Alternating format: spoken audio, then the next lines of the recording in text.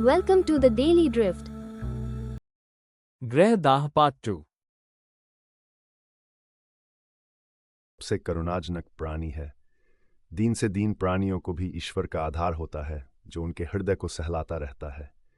मातृहीन बालक इस आधार से वंचित होता है। माता ही उसके जीवन का एकमात्र आधार होती है। माता के बिना वह पंखहीन पक्षी है।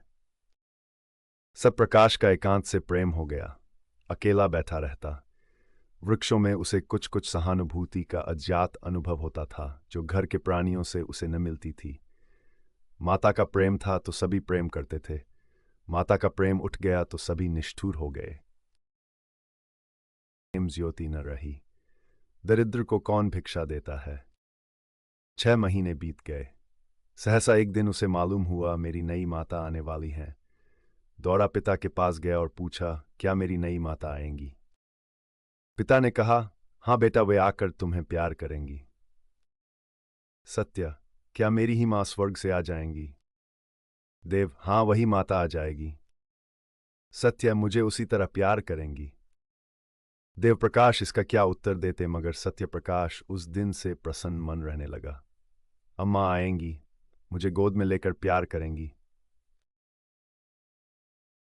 कभी जिद न करूंगा, उन्हें अच्छी कहानियां सुनाया करूंगा। विवाह के दिन आए। घर में तैयारियां होने लगीं। सत्य प्रकाश खुशी से फूला न समाता। मेरी नई अम्मा आएंगी। बारात में वह भी गया। नए नए कपड़े मिले। पालकी पर बैठा। नानी ने अंदर बुलाया और उसे गोद में लेकर एक अशरफी दी। वहीं उसे नई माता के दर्शन हुए। नानी ने नई माता से कहा, बेटी कैसा सुंदर बालक है, इसे प्यार करना। सत्य प्रकाश ने नई माता को देखा और मुग्ध हो गया। बच्चे भी रूप के उपासक होते हैं। एक लावण्यमयी मूर्ति आभूषण से लदी सामने खड़ी थी। उसने दोनों हाथों से उसका अंचल पकड़कर कहा, अम्मा। कितना अरुचिकर शब्द था, कितना लज्जायुक्त, कितना अप्रिय। वह ललना जो देवप्रिया नाम से संबोधित होती थी, ये उत्तरदायित्व, त्याग और क्षमा का संबोधन न सह सकी। अभी वह प्रेम और विलास का सुख स्वप्न देख रही थी। यौवन काल की मद में वायु तरंगों में आंदोलित हो रही थी। इस शब्द ने उसके स्वप्न को भंग कर दिया। कुछ रुष्ट होकर बोली, मुझे अम्मा मत कहो। सत्य प्रकाश ने विस्मित नेत्रों से देखा। उसका बाल स्वप्न भी भंग हो गया। बेटी देखो, लड़के का दिल छोटा हो गया। वह क्या जाने क्या कहना चाहिए। अम्मा कह दिया तो तुम्हें कौन सी चोट लग गई? देवप्रिया ने कहा, मुझमाना के सौत का पुत्र विमाता की आंखों में क्यों इतना खटकता है, इसका निर्णय आज तक किसी मनोभाव के पंडित ने नहीं किया। हम किस गिनती में हैं? देवप्रिया जब तक गर्भिणी न हुई, वह सत्य प्रकाश से कभी कभी बातें करती, कहानियां सुनाती, किंतु गर्भिणी होते ही उसका व्यवहार कठोर हो गया और प्रसवकाल ज्यों ज्यों निकट आता था, उसकी कठोरता बढ़ती ही जाती थी।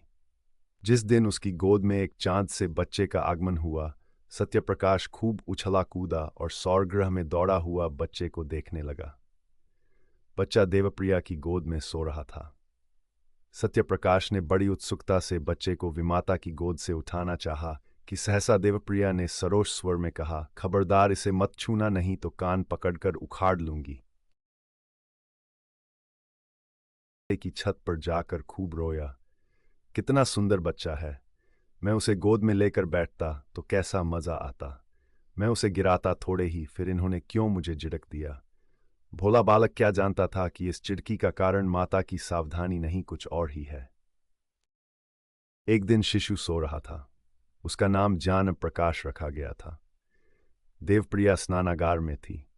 सत्यप्रकाश चुपके से आया और बच्चे का ओढ़ना हटाकर उसे अनुराग में नेत्रों से देखने लगा।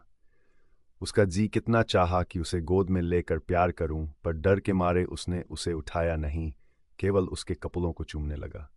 इतने में देवप्रिया निकल आई। सत्यप्रकाश को बच्चे को चूमते देखकर आग हो गई। दूर ही से डांटा, हट जा वहां से।